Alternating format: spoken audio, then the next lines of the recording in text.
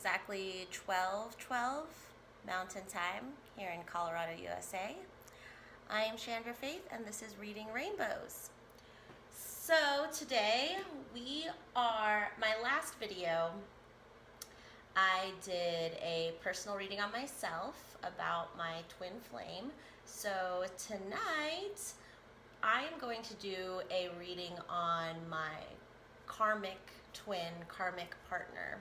So this is a karmic partner reading for myself, so you guys can still get to know me if you ever stumble upon these videos. But this is my second video, so yeah, let's try it out. So first, we're gonna start out with this. This is one of my favorite decks, Enchanted Forest.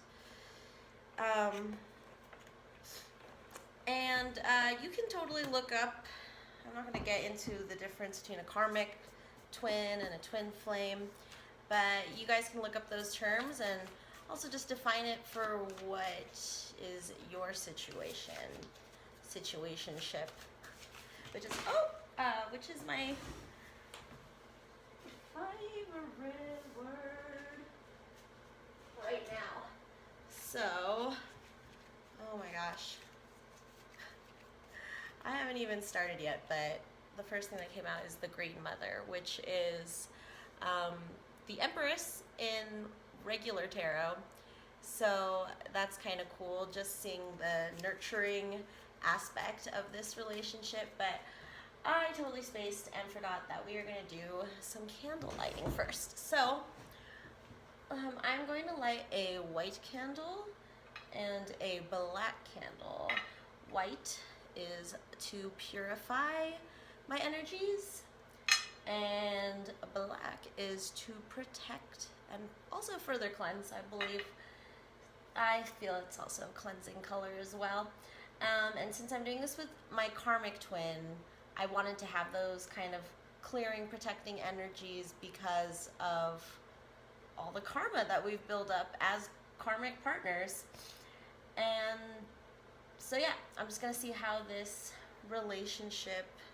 situationship is going. So what I usually like to do, if the wick isn't already cut to, I think it's like 3/4 inch, I like to cut them off with these red scissors, and usually I do like a cord breaking, negative bond breaking kind of ritual, and just show that to clear out those negative attachments that we have in this relationship. So I'm going to cut this and say I am breaking all bonds with all negativity that have been attached to me and us. So snippy. And then I put it in this cool little jar that I found in Dead Horse Bay. So it's very old and now full of wicks in there. So I'll put that over there. Okay, so I'm going to put one in here. And 1.5. Oops, I should have done that over the wax area. Okay. So let's light the white one first. I like to clear the energy first. And then light the black one. Okay, so this is for my karmic partnership. Let's put that over here. So, oops, where did I put those cards? Okay, here they are. Okay, spirits, could you give me an outlook on my karmic relationship at this very moment, Spirit? What do you have for me and my karmic partner? 3 of Spoons. Ooh, there we go. Child of Challenges.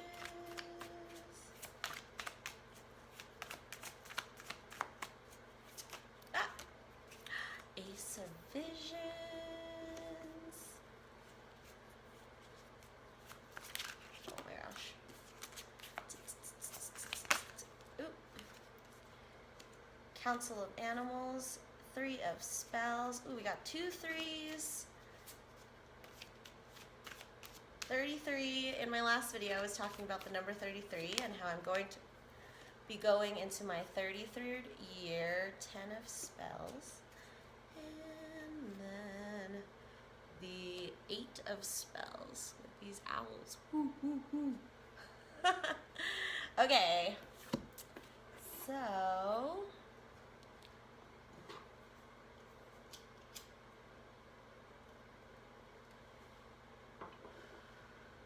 let's see what we got here. So, 3 of Boons clarified by the Council of Animals. So let's read about that. Oh, and I just, since I got 2 3s and 3s have been popping up, I'm going to read this book is divided into chapters by what numbers each of these cards are. So this is for 3s. Generally speaking, the energy of odd-numbered tarot cards tends to be more active or creative than even-numbered cards. The 3s move the energies you met in the 2s in a chosen direction, for good or ill. The 3 of Spells says, activate your magic. The 3 of Vision says, find kindred spirits. The 3 of Challenges says, don't betray your conscience. The 3 of Boons says, combine your resources. And that is the card we got here. 3 of Boons, and that is the 3 of Coins in the regular tarot. I just want to say regular. I'm not going to take the time to say right or wait. I'm just going to say regular. So if you know what I'm talking about, you know what I'm talking about. So 3 of Boons. So let's see. In a cozy forest cottage. Hold it up for you all. You can visualize it. In a cozy forest cottage, 3 friends are working together to make a potion. The earth goblin sorts through the mushrooms she gathered. She lives close to the ground and has a keen eye for each growing thing's usefulness. The old witch brews and bottles the potion. She sprinkles a good pinch of enchantment, adding power to the pot as she stirs. The raven writes out the spell instructions and affixes them to bottles that will be sealed with beeswax.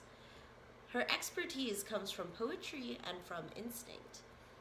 These friends are here to remind you that even the smallest task, sorting mushrooms for instance, can contribute to a greater purpose, especially if it is done with a happy and willing heart. Offer your skills to projects that can use them, and don't be shy about asking others to collaborate on your own projects as well. Many hands make light work, as the saying goes, and they also make the work much more fun. Meaning at a glance, cooperation, separate parts adding up to a greater whole, fruitful times in happy company. The potion, a closer look. The potion ingredients include bracket fungus, Amanita muscaria, boletus, chanterelle, rosemary, mandrake, mint, pine needles, and laughter. Ha ha ha ha. Pardon my cough. So 3 of Boons is like, yeah, basically what they're saying. Working it together.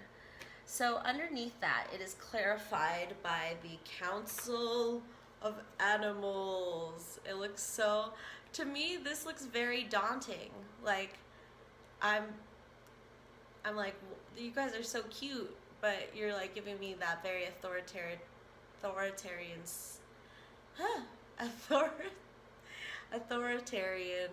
look. And this is the World card in regular tarot.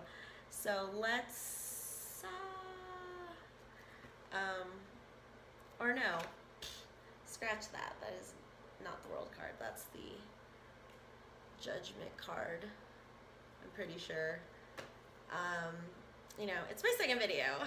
I don't have to be right. I don't have to be wrong. I don't have to be anything. So let's look up the Council of Animals.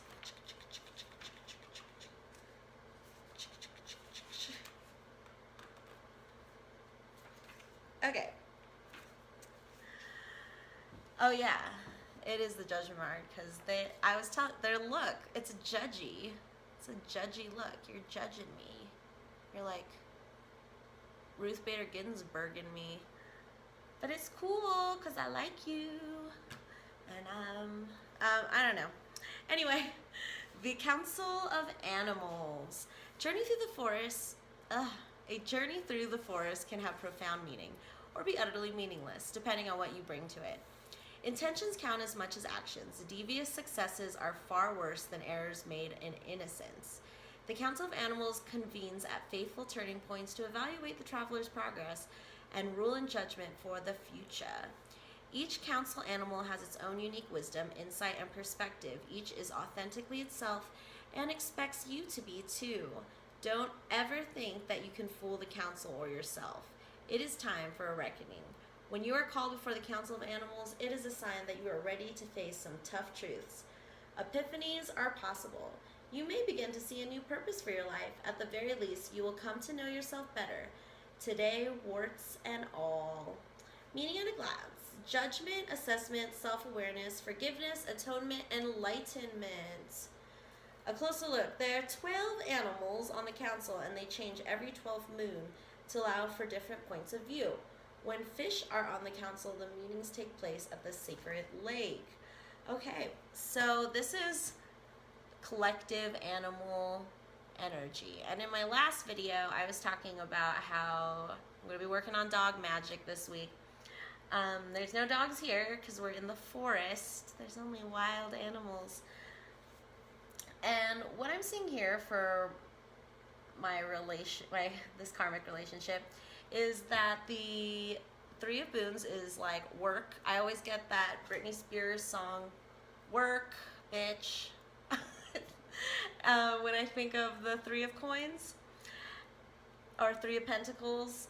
And the Council of Animals is this council that as you're walking through or on your journey, if you're either lost or not lost and on a quest in the enchanted forest, these are the people who will stop you after a couple days or a couple weeks and just be like, hello, we'd like to let you know how you're doing.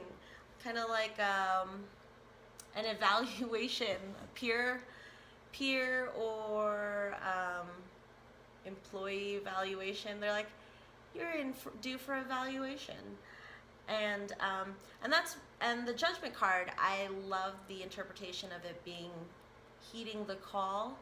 And so the work that we're doing together, so me and my karmic partner are married in a business together. Our lives are very intertwined, and it has been for a very long time.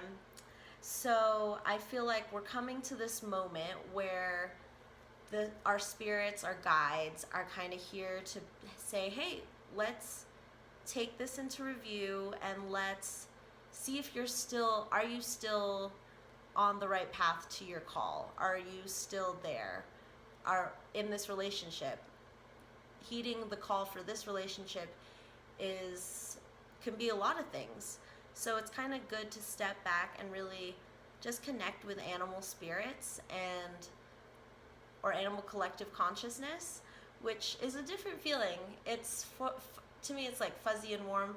You can connect to human consciousness, which I find is like there's all kinds of things going on, but animal consciousness just seems, they don't have like all that talking and ups and downs emotions as humans do. So it's nice to connect to the collective animals. See them?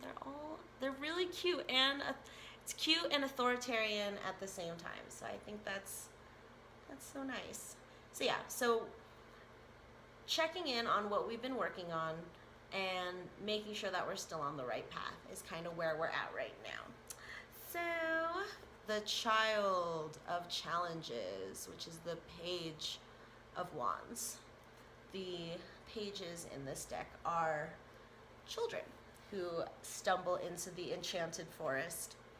So, child of challenges. Oh, I like this girl. I like this girl. Let me find her first.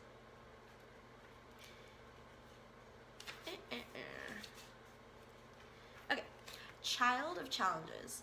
The child of challenges is lost in the woods. She doesn't waste time berating herself or others for this predicament, nor does she indulge in tears or panic.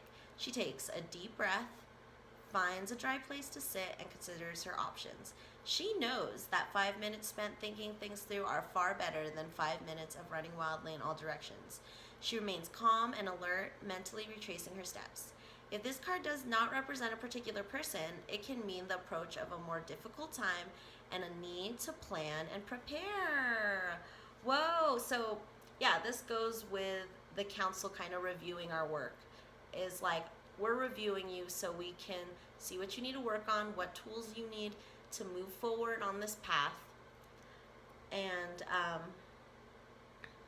reevaluating and figuring things out.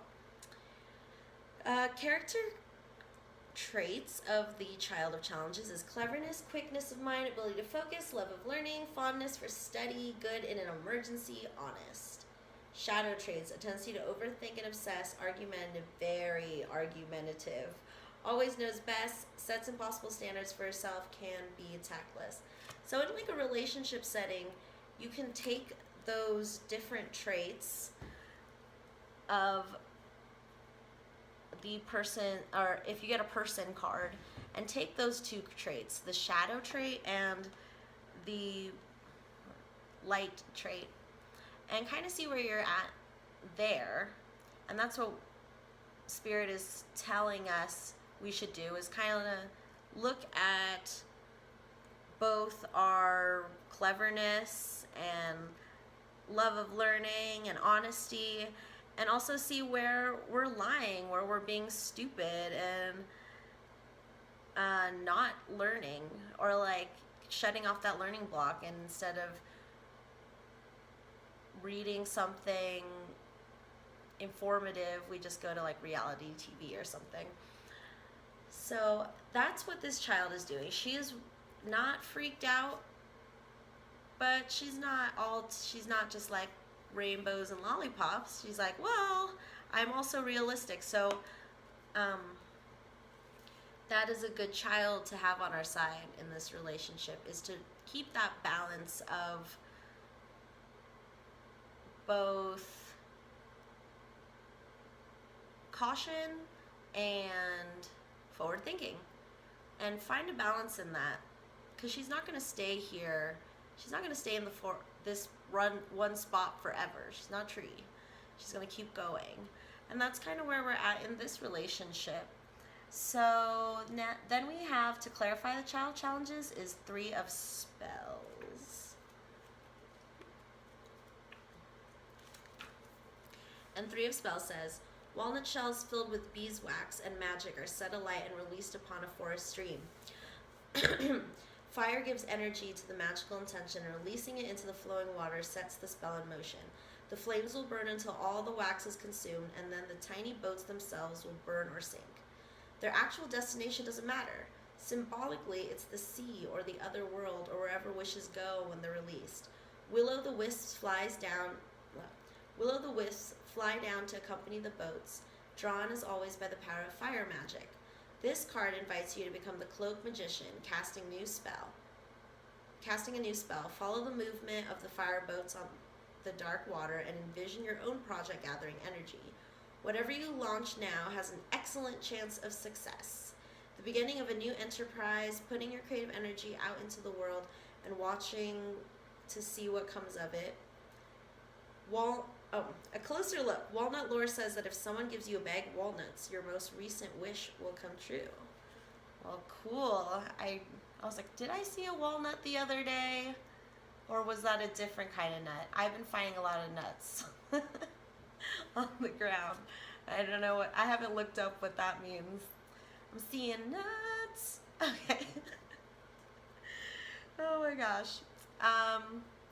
So yeah, this is like casting out all of our dreams that are happening. Like right now, I'm just starting this channel, so this could be one of my little wish boats that are coming out. And it's, when you see these two together, it's like, I feel like this girl this is grown up into this girl who's like now a forest witch and knows how to set off all her wishes because she's planned, she didn't freak out, and she was able to handle the situation calmly, and now she's a powerful wish wizard.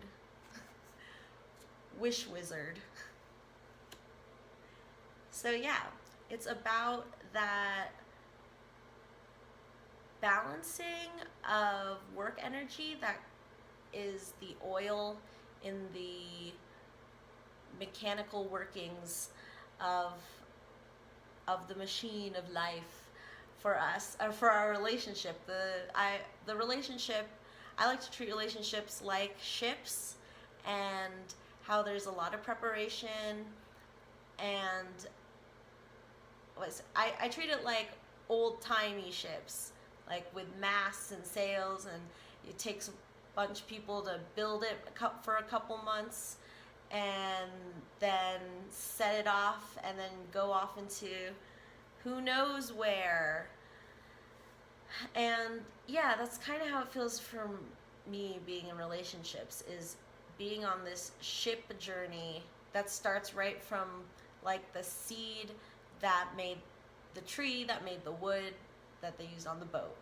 And it's this process, because me and my karmic have been together now for 13 years, and it's been a long time, but it also seems like it went by really fast.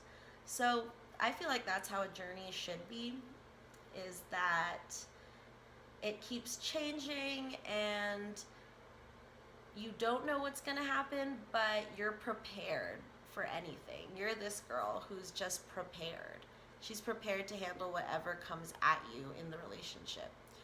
Like, I was like, whatever comes at you, and it's like this light is like boop boop boop, like a laser beam. So yeah, dodge it, girl. Look at that, dodge caravan. So yeah, so this is, I'm getting a lot of just preparing and working together and preparing. It's kind of, I feel like we're I'm from Sacramento, and we're River City, so I know a lot about flooding. So it kind of feels like we're preparing for a flood, and we're putting up sandbags, and we're just like, we know this is going to happen. And then I kind of see us in the middle of the storm, and still we prepared, so we're not like totally washed out already, but we still need to, like, I don't know why I was like, hack down the sails. I don't think that's a sailing term, but batten down the hatches, and like I see this storm and these winds blowing, and we're just like closing windows. And so I don't know, it's like a ship, house ship metaphor. I'm trying to explain. But anywho, the final section of this part of the reading is the Ace of Visions, the Ace of Cups, and the, what is that? 10 of Spells, the 10 of Wands. So let's talk about the Ace of Visions, which is I don't know if it's my favorite card in this deck. It's one of my favorite, but I think it's also the deck's favorite, because in this cool box, it's like, boop, there it is. Whoop, boop, there it is. It's the swans. The beautiful, beautiful swans. And this is also in this deck, like, most definitely my Twin Flame card, because not only is it swans, which is like the mascot of Twin Flames, but it's a mirror right here. And I'm going to read about what this card's about, so I can talk more about that mirroring thing with Twin Flames and all that stuff. But let's read about the Ace of Visions. So Okay. The enchanted alley for visions is the the enchanted alley. The enchanted ally for visions is the swan. Renowned for their grace and beauty, swans are also powerfully strong, fierce and faithful in love. They mate for life in marriages that may last 20 years. Swans are emotional and expressive creatures, calling out in triumph when they roust an enemy, emitting one last lament as they leave this life. The swan says, "A dream is a wish your heart makes." Yeah, a dream is a wish your heart makes. Whoa, I just like imagined a swan singing that song. A swan song. The swan's gift to you is a tiny enchanted pool in a secluded glade. When the water is still, it becomes a magic mirror. All that you desire is reflected here. And most importantly, so is your own true self. You have nothing to fear from this. Your swan knows that your true self is noble, pure, and beautiful. Meaning at a glance, serenity, compassion, spirituality, kindness, a new way of seeing, a gift of love. Water! Do you see the irises reflect in the water? Irises symbolize the connection between heaven and earth. The Hieros Gamos. That means the connection between heaven and earth. It's like, I imagine like a tunnel, where it's just like this invisible connection that like heaven and earth have. And that's kind of what the twin flame connection is about, is uniting the heavens and the earth, or your divine parts to your 3D earth parts. And so in this situation, I'm doing a karmic partner reading for myself. This is meaning that this is confirming that this is a true connection. That for karmic twins, I think there's a lot of past life history as well as twin flames. And with a karmic, you are really living out everything in the 3D. This 3D work, this physical work. Because in my twin flame reading that I did for myself in the last video, I was talking about how the twin flame relationship is, for the most part, non-physical till you come into physical union. But a lot of the work that goes into twin flame relationships is going to be in the non-physical.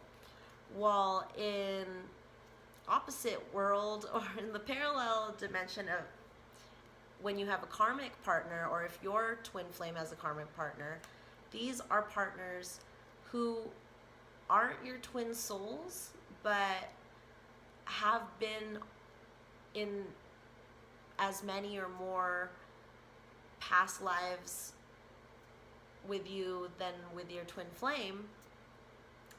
And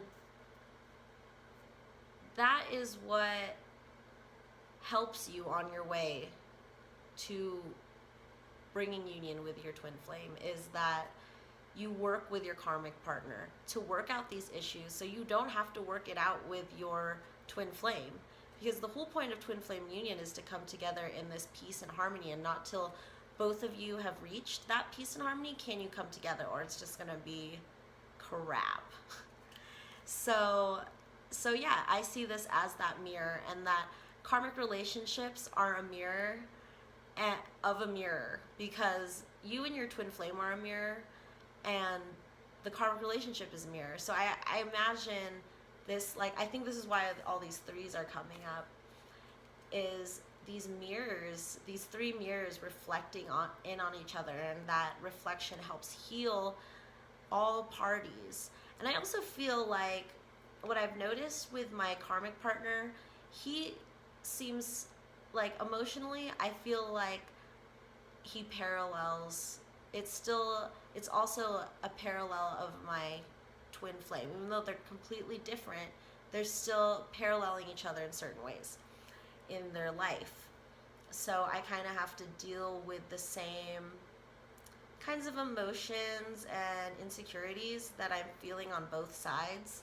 And that in a way, your karmic partner and your twin flame are like also like 1 degree of separation from you.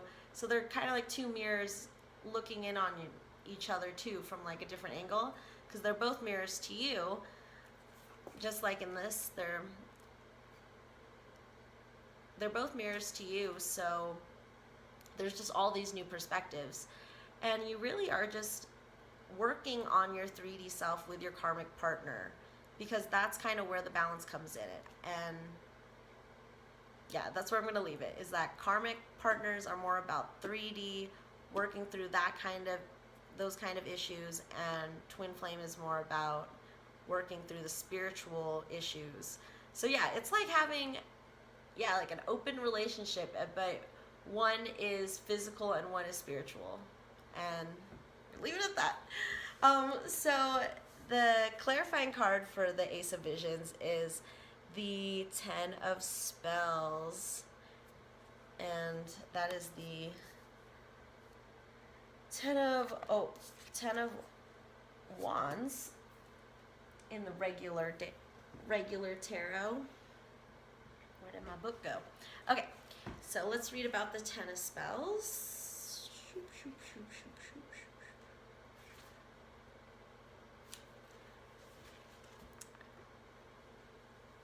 In the bleak pre-dawn light, 7 sister princesses make their way home after a night of dancing in the forest.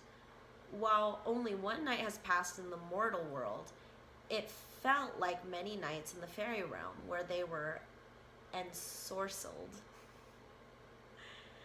They danced until they could dance no more, yet still they danced on, caught in the merciless spell until the night was spent.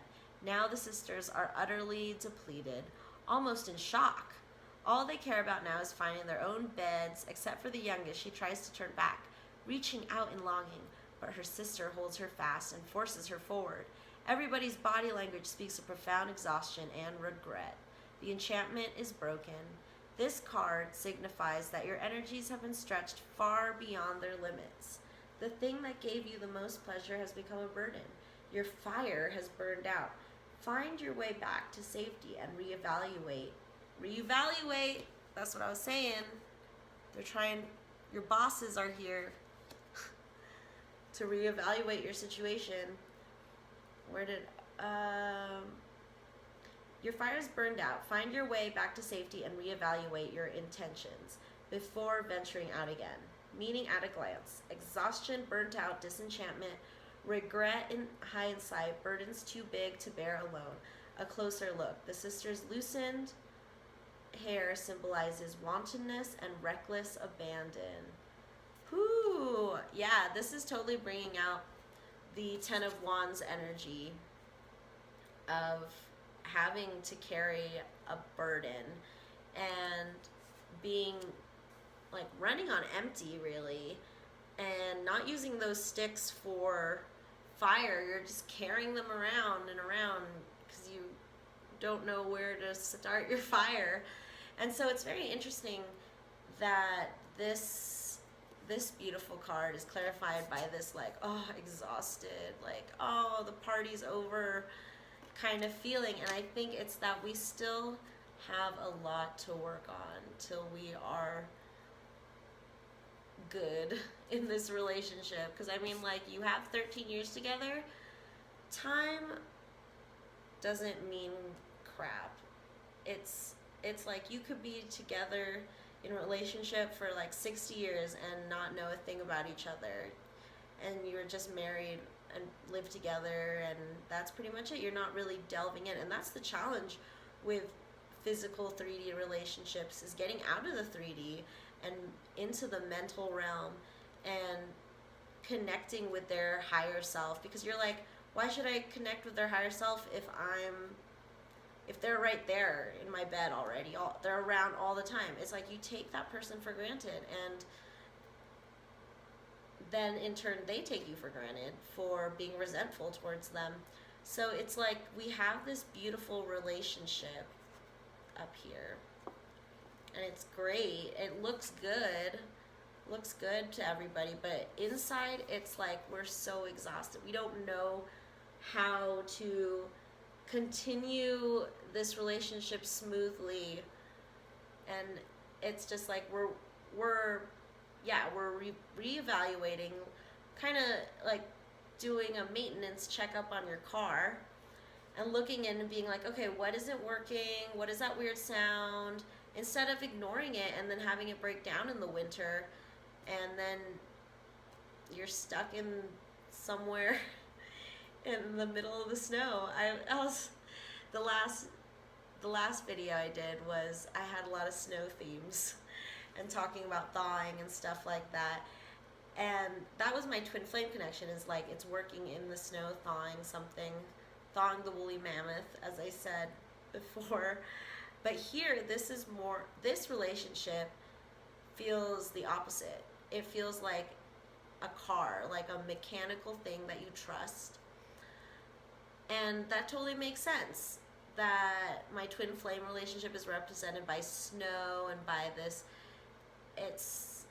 snow doesn't last, it melts and then it comes back.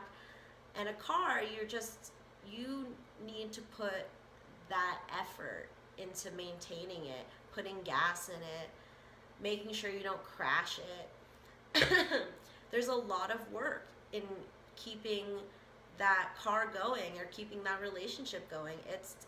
You need to look under the hood once in a while to be in a real solid relationship. If you don't, you're just going to build resentment and harsh feelings towards each other. And the best way to do that is to, of course, heal yourself first. So that means looking into yourself. What are the things that my partner is complaining about? What are the things my partner wants? And ask yourself all these questions about your partner. Even if you think that, oh, they're so narcissistic, they only think about themselves, why should I think about what they want? I already know what they want and I don't want to give it to them. And it's not fair. Then you shouldn't be in that relationship if you feel that way. You need to be always looking to your partner and figuring out what they need and what they want so that they can do that for you. If you don't do that for them, they won't do that for you. So it's a struggle though when you're like really annoyed by your partner and you just want to not, like, you've built up so much resentment over time that it's just this subtle resentment that lingers and it's never spoken about. And so then it just kind of sours the relationship from the inside. So that's what we're working on, is like making sure we maintain this relationship and see what it is we need to work on and what the other person needs.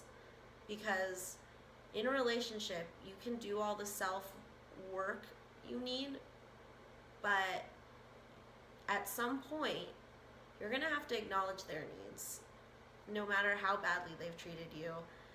And if they've treated you so badly that you want to hold that resent, then you should not be in that relationship. So our bottom of the deck energy is 8 of Spells. Oh yeah, the owls. Ooh. And the 8 of Spells is the 8 of Wands. And let's read about these owlies.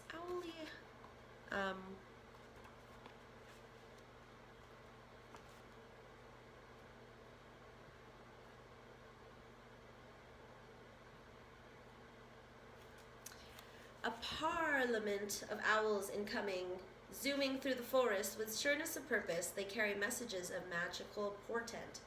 Some travel at the bidding of the enchanter himself, but anyone can ask an owl to carry a message.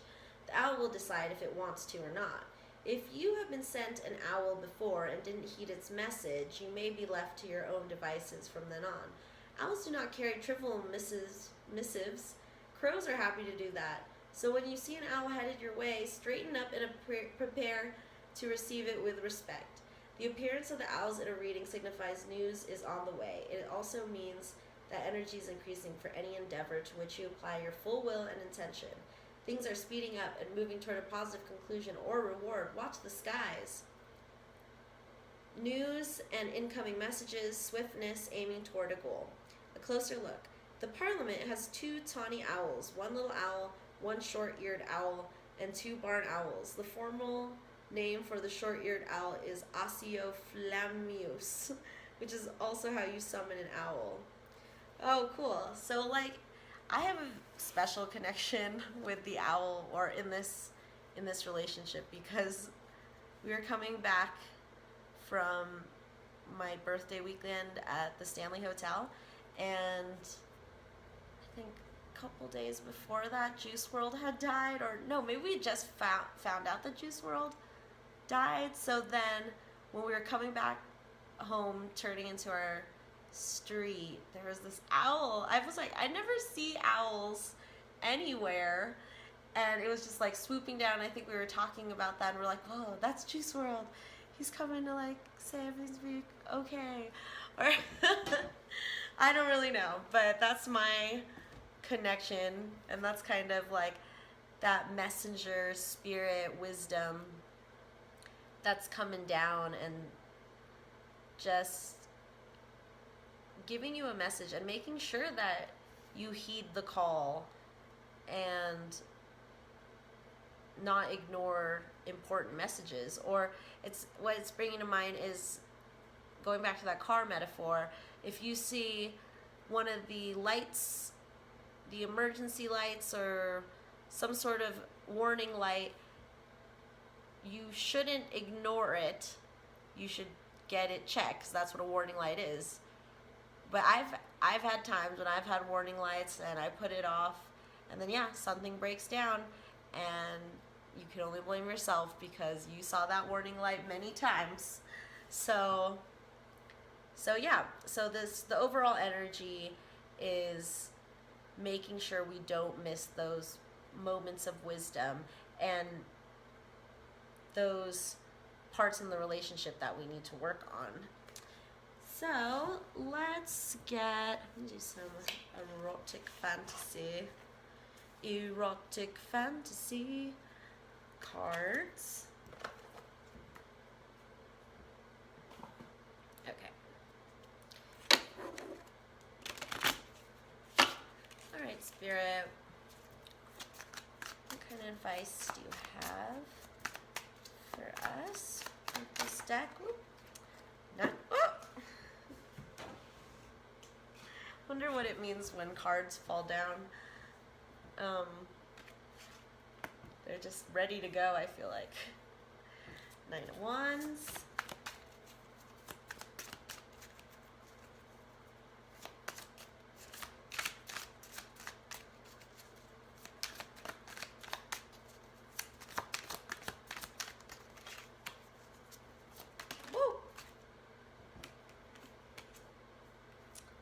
Queen of Wands. Oh my gosh. Here come the wands. Oh, I'm sorry. I said this was the Child of Wands. This is the Child of Swords. Or Page of Swords. Sorry. Sorry, it's my second time.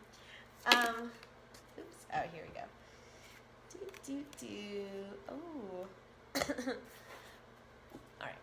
And bottom of the deck energy is the Page of Wands. Or no. The Knight of Wands. The Knight of Wands. Okay. So, here we got the 9 of Wands, the Queen of Wands,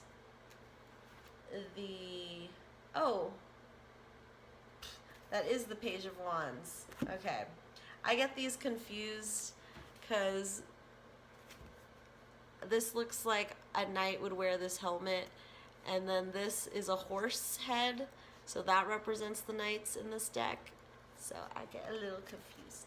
Oh, whoa, and look what was under, look who was hiding under our little page. It's the High Priestess. Oh, and Temperance. Whoa, and the King of Cups. Oh my gosh, I need to stop. These are all people cards. That's really funny. There's like all these people. Okay, there. That was the last person. But look at this. High Priestess, Temperance, King of Cups, Knight of Wands, and King of Pentacles. So it's, what I'm feeling from that is there's a lot of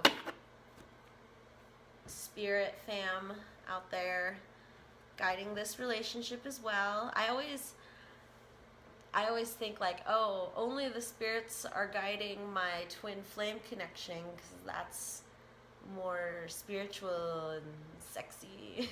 And I feel like my karmic relationship is like, no one's guiding this. No one's like rooting for this relationship. This is the boring 3D relationship that I have. But if you treat it like that, you're never going to get in union with your twin flame, I believe. It's like, if you're really supposed to learn lessons from a karmic partner, then you learn them. You don't just like nag about it and then wait around. So you got to work on it so that you can release your karmic partner when the time comes, but not in like a terrible way where you're still going to have like negative attachments stuck on you, but in like a really growing way. And how I see it in the twin flame journey is that you have your karmic partner, and once you've learned all the lessons, you can grow out of that relationship like a hermit crab grows out of his shell, and then move on to your twin flame connection. Because it's so bad or not beneficial to just go right for the jugular in the twin flame connection and just kind of blurt it all out and tell them all your feels, especially when you're in an actual relationship with someone. Like, don't go confessing your love to your twin flame when you are in a karmic relationship, because that is just, you know what, gonna gain you more negative karma. So yeah, there's a lot of, and I've been going through it. It's not easy. It's not easy being green. Where was I? Okay. Let's start over, because I got all excited about all these people. See, for you practicing readers out there, sometimes you can get allured by, if you do bottom of the deck energy, and then you're like, what's under here? What's under here? What's under here? It's gonna, yeah. But that just caught my eye at that moment, and so it just shows me that there is a lot of people, spirit fam, watching over this relationship. So let me go over the cards again. So we have Nine of Wands, a Queen of Wands, Justice, Ten of Cups, and the Moon. So yeah, major relationship here, because I have 3 major arcana and a royalty card, and a queen at that, and the Queen of Wands. And I feel like I'm getting all these wands because we are both fire signs, and this is, since she's holding a sword, it reminds me of the Suit of Swords and air signs, and my karmic partner is a Aquarius moon, so there's definitely air in his chart. So what I'm getting here from these cards is that right now we're right here kind of about to journey out, and let me actually get the erotic fantasy booklet, because I they have short and sweet explanations, and a little different from the regular tarot. So let's see, 9 of Wands. Explore what is unknown to us. Lose oneself while following fireflies. The hidden opportunities of pleasure in the unknown. Complete every exploration to reveal its mysteries. So yeah, I feel like it's so funny. It just seems like it's like making an adventure out of car maintenance.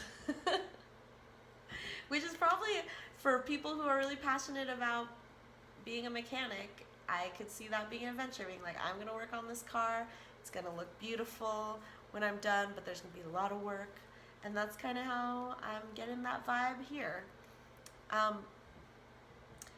So yeah, just the beginning of this magical maintenance, or like when you're just so excited to clean your house or organize your computer files. You're like, yeah, it's probably very rare, but if you get that moment, do it. Do that thing. Do that mundane thing that seems really exciting at that moment. Will help you in the future.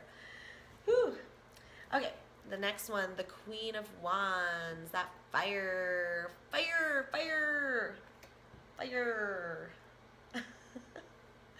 Okay. Queen of Wands. Romanticism.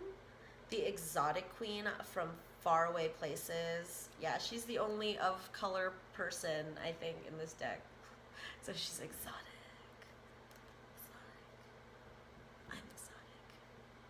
I'm an exotic tiger. Just because of my tan skin. I'm so exotic. Anyway, exotic queen from faraway places. Gentleness and sensitivity as the primary ingredients of sex.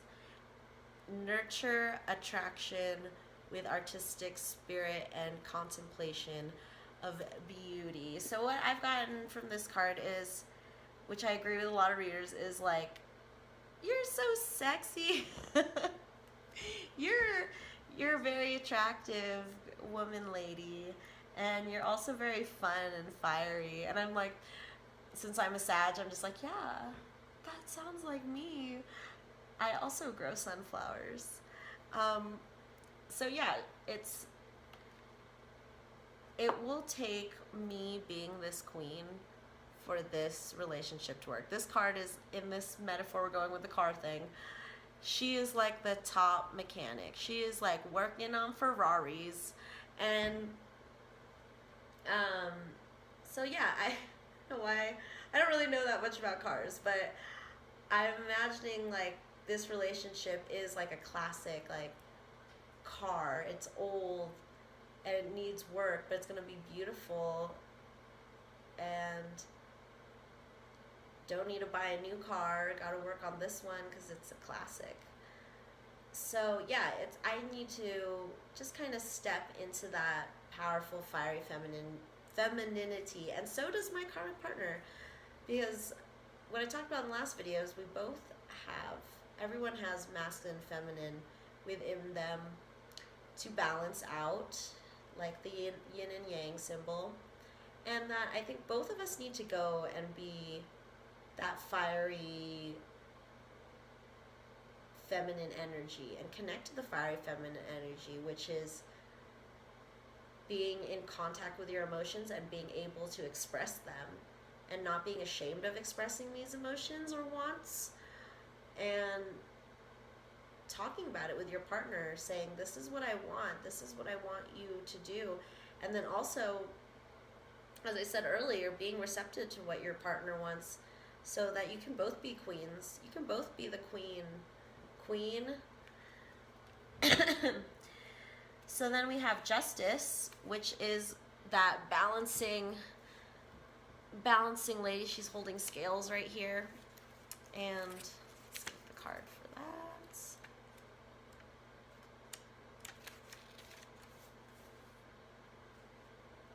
There we go.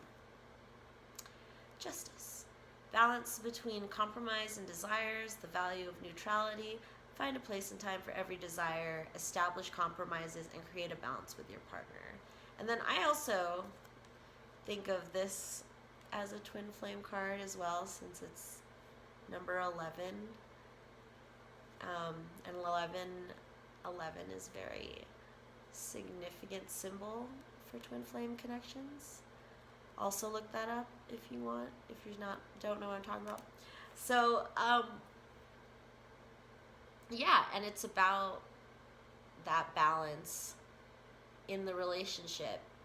And again, using that feminine energy and balancing that feminine energy and bringing that feminine energy to power. Because if your relationship is dominated by negative masculine traits of like arguing and competitiveness and violence, it's not going to be a great relationship. You've got to bring, those things are very powerful, but they're negative energy. So you need to find the power in good, because I believe that people see good as just like little bunnies and like cute things that can be like easily squashed, and like, oh, that's the good, like the bad is so much more powerful. But people just have a misconception, and maybe that was started by evil demons or something, and to just to keep evil in power. But this is what non-negative force strength looks like, is this woman baring her chest, opening up, and finding balance in what she's doing. And I like how it says establish compromises and create a balance with your partner. So that is very important. If you just keep resenting each other and not talking about it and balancing it, then you're just, again, going to build up resentment, and then nothing's going to work. It's like building up sludge and rust on your car, and that just shows you're not maintaining your relationship. It's going to show. It's going to feel uncomfortable. So then, I was going to read these two together. The Ten of Cups and the Moon.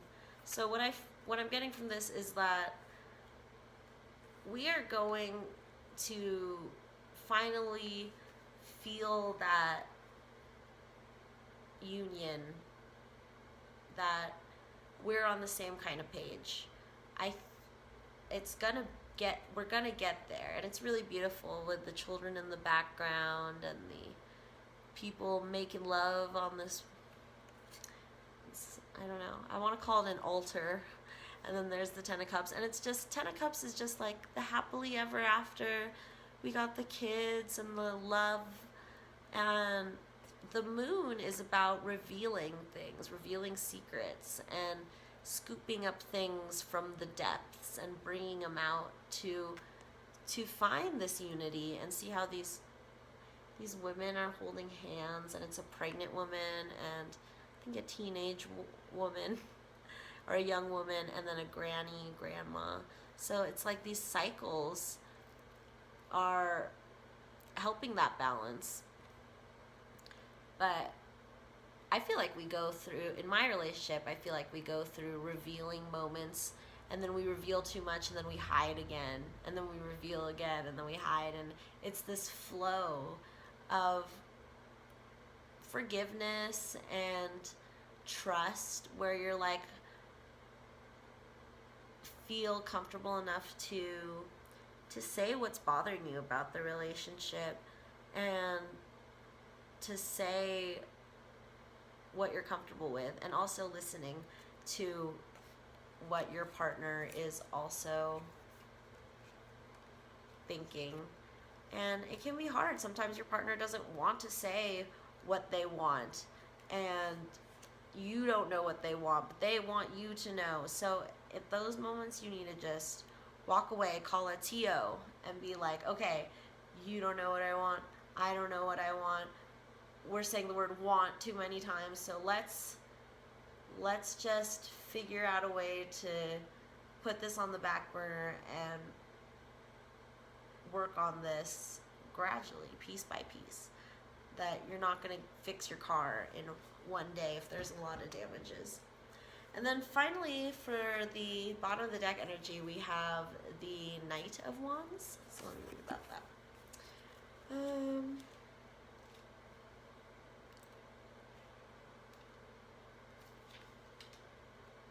Courage and impetuosity spur your horse into a gallop. Enormous pleasures come from enormous endeavors. Action, embark on new adventures, accepting the risk that may lead to remarkable results. Oh, I love that. Accepting the risks that lead to remarkable results. And there she is. She's going on her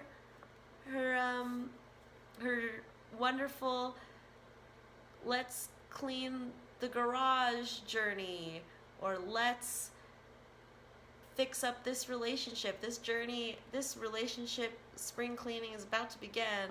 Woo! So, yeah, just being excited about doing that mundane work in the relationship that's actually going to help you guys in the future. And one of the things is like just being there every day and making sure you're there for your partner every day, and making sure you're checking in on them and figuring out their rhythms, because everyone has rhythms and triggers. Rhythms and triggers, I think, are important things that you need to learn about your partner. Like, what is their regular schedule? What are they used to every day? And what triggers them? What words trigger them? What things that you bring up trigger them? And if it's things like you want to talk about the relationship and they're triggered just by that, figure out ways that you can slowly chip away and gain their trust enough to talk about the relationship, or tell them, like, if you can't be open about your wants in this relationship, I'm out. I'm gonna find someone who can tell me, because I can't give to you in this relationship unless you tell me what you want. I can't read your mind. No matter how connected you feel in a relationship, you are not going to be mind readers. And even if you were mind readers, I'd feel like your partner would figure out a way to block you or shield themselves, or like imagine not the right thoughts. Like, you wouldn't get the truth anyway if you could read their thoughts, because it's not right there available to them either. So yeah, it's a journey. It's a big journey to go on. But that's what I say to people with karmic partners who've realized that they have a twin flame, is like, you can't just run away or give up this relationship so easily just because you found your twin flame. It doesn't work that way. And it's like trying to bake a cake without mixing all the ingredients and just waiting for it, like being like, I put like this box of cake mix in the oven, it should cook, magically turn into a cake. But no, you gotta open the box, put the stuff in. It's like the milk and the water, the eggs and the water aren't included. It's like all these different elements are coming together to form your relationship, and you need to work through these issues with your karmic partner, or they will come back up when if you do meet your twin flame in the physical or get into a relationship. If you don't work out those problems with your karmic, then it's not gonna, I don't see it working out very well if you don't figure that out first with your karmic partner. And that is the whole point of the karmic partner, is to figure those things out so you can live in the Hieros Gamos with your twin flame, because a real twin flame connection is a blissful union where not only are both parties satisfied in the twin flame connection, but their whole world, it radiates around them, and everyone who's connected to them is also feeling that love and connection. But if you're still in a karmic relationship and need things to work out, then you need to work those things out first before you try to pursue your twin flame.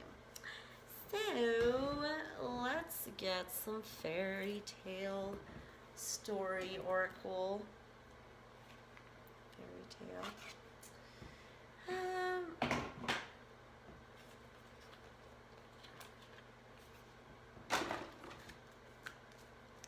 Okay. All right, spirits.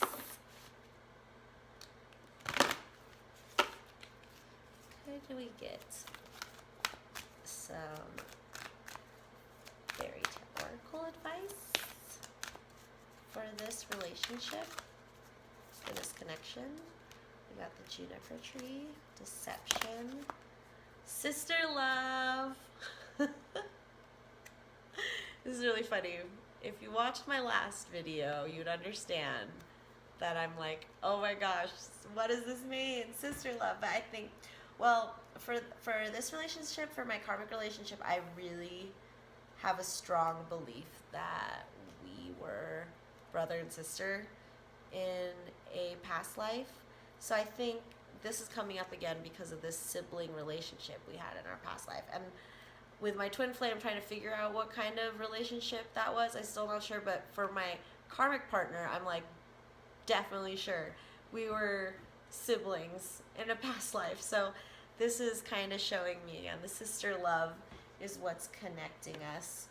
And any more messages, spirits, from our fairy tale deck?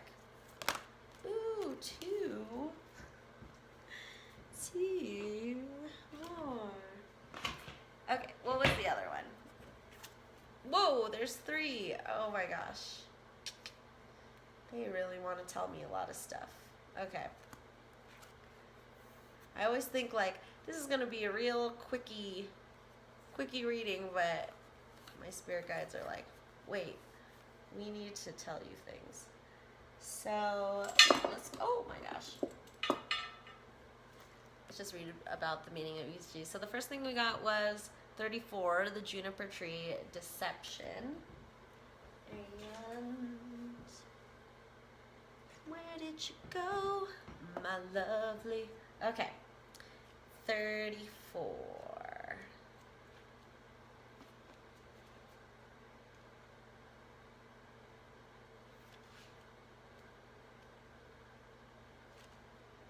Okay.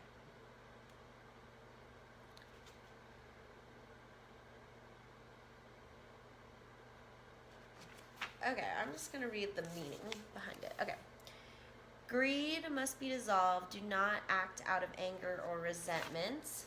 Do not be impulsive. Compassion is rewarded. False blame, cutting to shift blame. Magic reveals the truth. A return to life after cruelty. Love and tenderness save us all. The magical power of trees and nature. The innocence of children reclaimed. Resurrection, a second chance at life. So yeah, I think we have a lot of inner child work to work on. Inner child working work to work on. Because of this past sibling connection we had, to clear that, we would need to both start working on our inner child. I have a little bit, so I think I'm going to work on that more and get more connected with trees.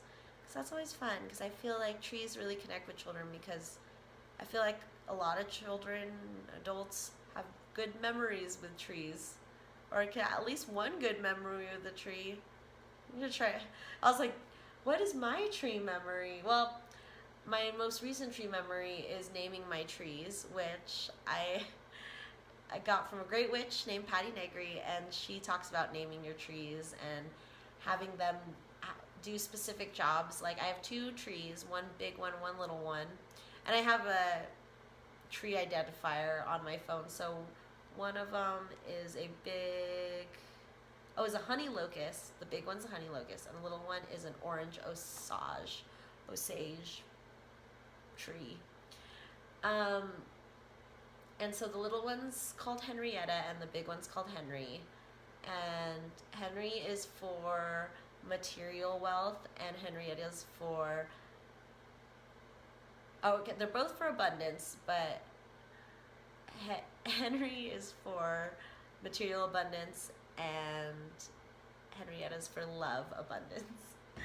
So yeah, I gave them like little jobs. So yeah, I think the tree magic is coming up for this relationship. My twin flame connection had a lot of dog magic, so I feel like this is like tree magic, like especially this picture. Her just contemplating amongst the trees. So let's read about sister love real quick. Family bonds, sister love, sharing when you have little, rewards for good deeds, sharing what you have creates abundance, sibling loyalty and love, extending hospitality and generosity, seeing beyond appearances, reward for a good, true heart. So a lot of these messages for me are like, it's really about sharing and caring to create more abundance, about giving away to receive. and really, and forgiveness comes in there. It's just like you don't have room for greediness in a working relationship. It's really hard to be selfish when you're really in a loving relationship. And that's what we're working on. Okay, so 20, the red shoes. And these are all, the titles of the cards are all stories, fairy tale stories. So if you want to look up the actual story behind the card, I would suggest you Google the name of the card. So the red shoes is about obsession.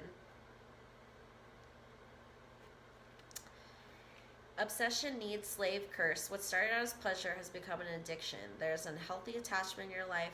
Take steps to free yourself from your own compulsion. Seek help and support in gaining control. Reassert yourself as the sovereign of your own life. Take back your power. Your power. Take back that power. Yeah, this story is about this girl who gets these red shoes but the shoes just keep dancing and dancing, and she can't stop dancing till she like tells some dude to cut her feet off.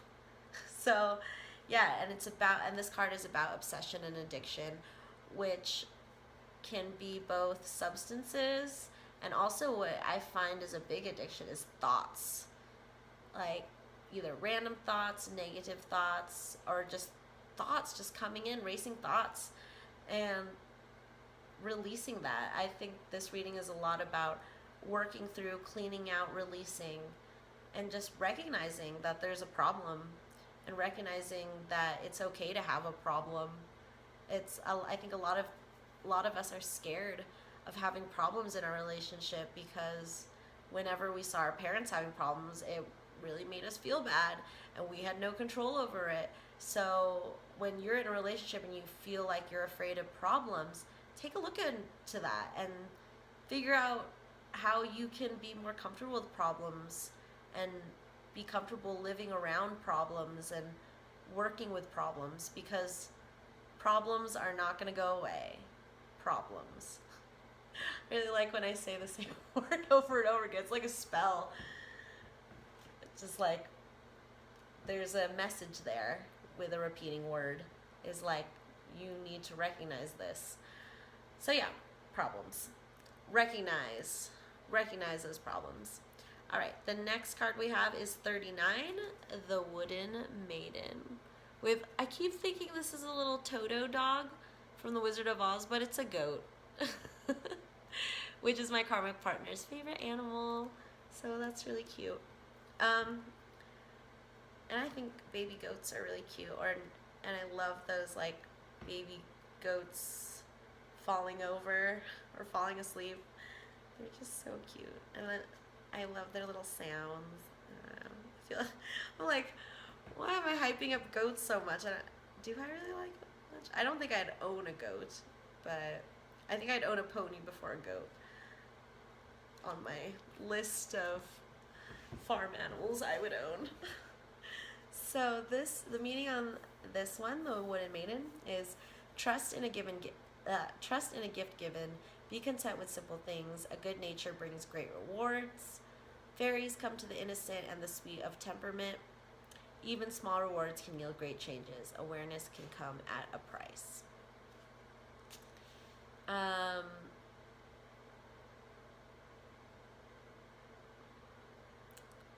so I got this like simplicity again with that's similar to this sister love card where sharing is really important.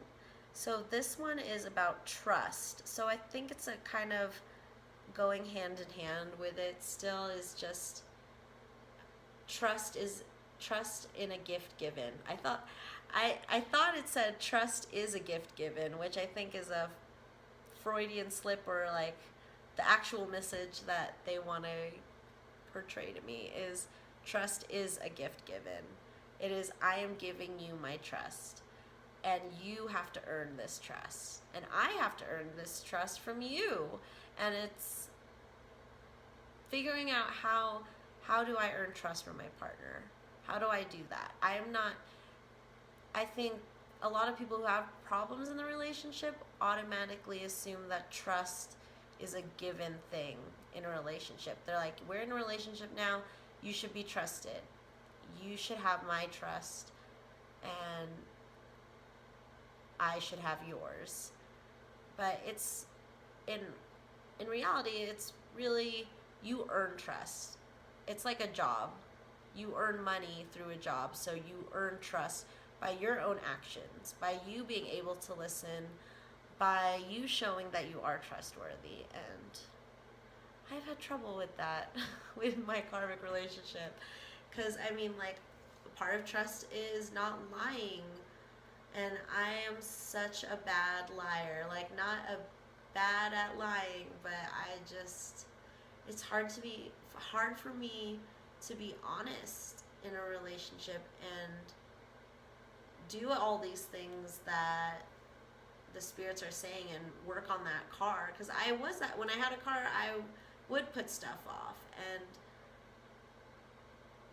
it's been a challenge to see that this relationship needs a lot of work and that, I only see this magical, like, we came together, we're still together, and that's fine, but just because your car looks good on the outside doesn't mean there's a lot of work to be done, or if it will move.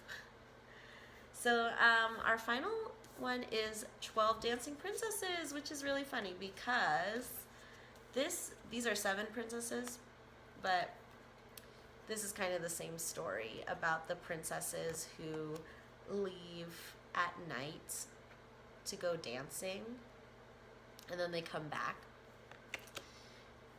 But it's like they go dancing in like an enchanted world, another dimension, 5D dancing. Okay, so let's read about 21, my favorite number. 21. Okay. Enchantment, deceit, secrecy, a time of freedom is coming to an end, enjoying the last moments of a time of excitement and unusual activity. You'll take up new possibilities. You'll find a worthy partner, a move from group activities to close, loving partners. You have been socializing to the exclusion of some important activities. Transformation from youth to maturity. So, yeah, the party is over, girls. You need to go and clean your room and get your relationship back together. And that's what it feels in this relationship. It's like, guys, you have a 13-year-old relationship now. She's a teenager and she needs to do her homework and clean her room and not party so much because she's only 13, but she's a wild one. So yeah, it's fun to look at your relationship as a child so that because it is this growing thing. Like year 1, it does feel like a little tiny baby person relationship and you see it grow. And I feel that since it's our 13th year, I really feel like, yeah, we're in this, like, we almost feel mature.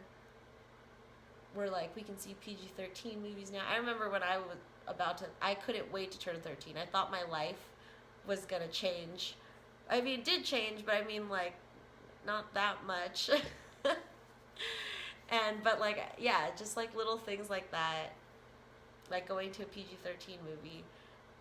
is so, it's just like, you know, I can't drive a car, but I can do this. And it's kind of like with this car maintenance relationship maintenance thing, is like, I'm old enough to know what to do with this car, with this relationship. I'm old enough, this relationship is old enough to know the triggers and, what did I say the two things were? Triggers and wants? I don't know. Yeah, triggers and wants of your person. So figuring that all out, and it's quite the journey I'm feeling. So let's do the Affirminators love and relationships, so we can get some relationship advice for this relationshipy advice for our connection. Okay, spirits, can we get some relationship advice for this connection?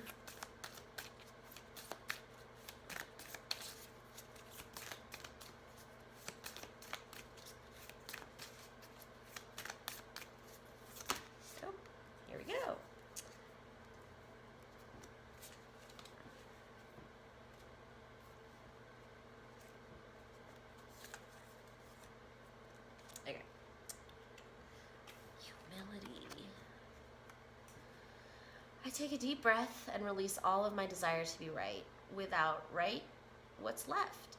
A soft and pliable version of me that's willing to make mistakes, hear other people's opinions, and try doing stuff a different way. In other words, I get to take a pretty sweet all-inclusive brain vacation. Some restrictions apply depending on the current tenacity of my ego. Humility, that is a good word, of just letting go of what is right, or who is right.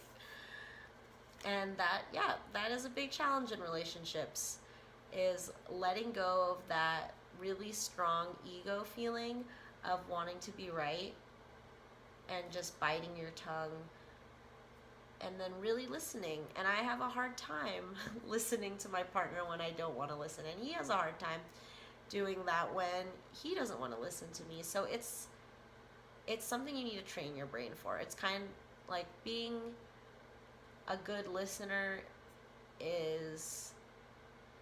takes training, just like any other sport. Listening is a good sport to practice. Independence. I embrace total independence, and I see how empowering that is. Even when I'm in a relationship, I can still be independent by meeting my own needs and creating my own happiness. When I do that, I'm the fullest version of myself, and I have much more me to give without needing pieces of me in return. A scientifically impossible expectation. So here it is, the moon and the sun, independence. And yeah, I was saying that earlier about if you can't figure out what the relationship needs at the moment, you guys need to go find your independence, find your own space so you guys can figure it out. You're not going to figure it out sitting there with each other and pissing each other off. You need to both leave the situation and reconvene again. That's all you need to do. Seek that independence. Compassion. I choose compassion over criticism. I choose compassion over criticism. Walking a mile in other people's shoes reminds me they might be going through something tougher than I think. Like their shoes are too tight, or they're the kind of shoes that are too casual to be dressy and too dressy to be casual. Basically, I have no idea what they're dealing with privately, so I'll cut them some slack and be thankful for the shoes I've been dealt. So yeah, it's so funny. I've been praying and like asking Spirit for compassion for this relationship, because sometimes he will piss me off, or like I just will be like, ugh, I don't understand why you have to be like this. And that's when compassion comes in, and being like, oh, he's this way because this X and Y are happening right now, and that's really out of my control, and I don't need to be mad at him. And then like, so you kind of like, compassion is kind of talking yourself down. Step off that ledge, my friend, before you punch someone in the face. and or say something you didn't regret saying, or didn't regret, that you regret saying. And that's where compassion comes in, and just seeing, not getting mad at the person for being mad at you, or even if they're really super wrong about something, that you just say, accept them anyway. That is compassion. And I know, it is super hard. And that, see, humility, independence, and compassion are so, it's hard. It's not easy to do that. It's hard to let someone else be right, or to walk away from a situation when you feel like you feel guilty for leaving, but when you know that it's important for you guys to be separate. And then finally, compassion is understanding where the other person is coming from, which compassion helps humility, but it has so much work to be that morally good. So we gotta take some pleasure break. Pleasure. I give myself permission to feel pleasure and let that pleasure rush into my life in a decadent display of over-the-top abundance. Then I realize that pleasure has been waiting at my door for a long time. It's just that pleasure doesn't knock on doors because loud noises aren't super pleasant. So yeah, she's taking her bath, and it's really cute because the bubbles are helping her take a bath, like fanning her and playing little violins. Oh, that is so funny.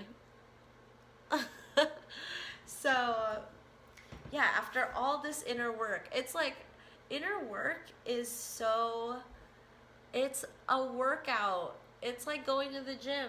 People who are really good at inner working, it's really hard to cultivate these things: humility, independence, and compassion. And it takes like a reward, because it's like, it's not like a sport where when you win you get that satisfaction of winning. It's like you do inner work, and sometimes it's just like, when am I going to stop doing this? But you don't. You're always, that's what I was talking about earlier about problems and how you can't escape problems from happening in your life. This is not going to be like, this is the last problem I'm having. I am not going to recognize any more problems. And it's like, that will probably turn into a problem. Yeah, I don't want to say the word problem over and over again. So, yeah. Let's get some crystal cards, and then let's end it at that. Because, again, I'm just like, maybe I should just expect a long video, especially since this is me kind of showing you my world. But yeah, let's get some crystal cards to see what kind of crystals are guiding this relationship. So, crystals. What crystals are guiding this relationship? Whoop. Oh my gosh. Kevin Garnett. I got that in my twin flame reading. And Zinsights. A lot of red. A lot of red going on here. Alright. Calcite. Calmness. All chakras. Ooh, I need that. That goes with the pleasure card. Look. Just like that color. It's that like white stone. Just like heals this red fire lava energy that I feel is in this connection. So we got calcite, calmness, all chakras, garnet, commitment, heart and sacral chakra, and zinzite, physical body, root chakra. Oh yeah, girl, the root chakra. That was the psychic at the Stanley Hotel told me about, really opening up that root chakra for this relationship, and that's what's going to be the gateway to the rest of the chakras, all chakras. So working on that root chakra, so that means having some sexy time with your partner is a really good way to open up that root chakra. And you can discover what limitations and things that hold you back in being your full sexual self with your partner. So opening that up, the physical body. So let's read about that physical body then for Zinsight. Zinsight, physical body, root chakra. Zinsight has shown up for you today to send you a strong message about your physical body. Are you focusing on your physical appearance too much? Do you worry too much about your weight? Or do you need to reconnect with your physical body and get healthier? Only you can decide what applies to you. It's your body, after all. You're already aware of what your physical body can and can't handle. You know what forms of exercise you are interested in and the ones that are not for you. Intuitively, you also know what foods and drinks are good for your body. Pay attention to how your body feels after you eat particular foods or of certain drinks. It's time now for you to get back in touch with your physical body and find a healthy balance for yourself in the way that you exercise, eat, drink, and socialize. Zinsight is a powerful crystal which can remove energy blocks, can also help you to bring out your own personal power, creativity, and physical energy. It is associated with the root chakra. So yeah, get physical to open up your root chakra. Don't have to just do the sex. You can also exercise and be out in nature. Put your grass on the ass. Put your ass on the grass. I got that from great tarot reader, the Duchess, about after having sex, sit on the grass to let all that, whatever your partner's giving you, it's not just genitals that are mixing together, it's energies that are happening when you have sex with someone. So next, we're like going up the chakras, because now we got sacral and heart chakra in commitment in our Garnet card. So let's read about that.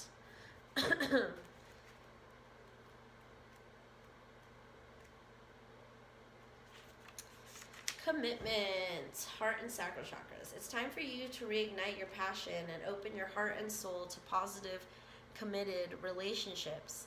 Examine the beliefs you hold about relationships and identify any beliefs which no longer serve you. Make a conscious decision to let them go. In this way, you make room for new beginnings and you'll be more ready to embrace change. Garnet attracts positive, loving energy to you and your relationships. Feel your heart open with love and a sense of fulfillment. Don't feel guilty for wanting to be happy and successful in a long-term, committed relationship. You deserve to have a wonderful life partner who will be by your side through life's ups and downs. This partner will be 100% committed to you, and you will be equally committed to them. If you're already in a relationship that is positive, Garnet has shown up to reconfirm that you are on the right track. If you're currently single or in an unhappy relationship, Garnet asks you to stay strong and hopeful, because there are some great things just around the corner for you in your relationship area. So yeah, I got the commitment stone. So working on that. Commitment's like the train on your relationship track.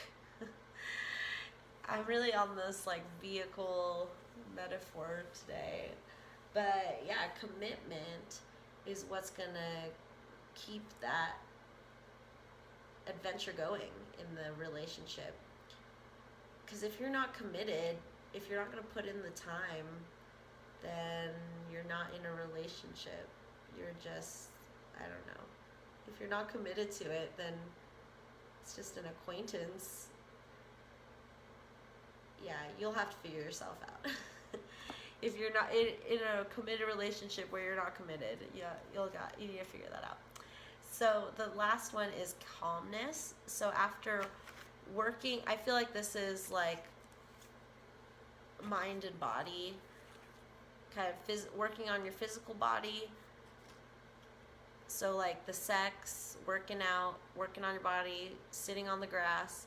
And then commitment is doing that relationship work, doing that healing, and doing that inner work. And so opening these 3 chakras is really important: heart, sacral, and root, if you want to look into that. But after you're doing all that work, you're going to feel really hot and fiery, like just after coming from the mental gym. So you're needing to calm it down. calm it down, please. Calcite. And this is all the chakras. So it's like you're going to do a lot of work it out, and calm it down again. This is how that works. Calcite. Calmness, all chakras. Calcite's message for you is to calm down and go with the flow. Try not to fight against the flow of things. Take time now to relax and recharge. In life, there are times when it's difficult to be calm, but it's important that you try to release any pent-up emotions such as stress or anger. It is not good for you to bottle up or repress these feelings. Once you release the stressful emotions, you can then focus on calming yourself. You can calm your mind through meditation or by listening to music. Release stress in your physical body too through exercise, stretching, or walking. When you are calm, your energy lifts, you are more positive and better able to connect more clearly to the spirit world and your intuition. You can also attract and manifest more things in your life if you're open, relaxed, and calm. Calcite comes in many different colors. Each color is associated with different chakras. Calcite helps to reduce stress and release fears. It is also a grounding stone, which helps you to open up and go with the flow. So yeah, I think that is all I have for now. I will get back to you again next time. Bye-bye.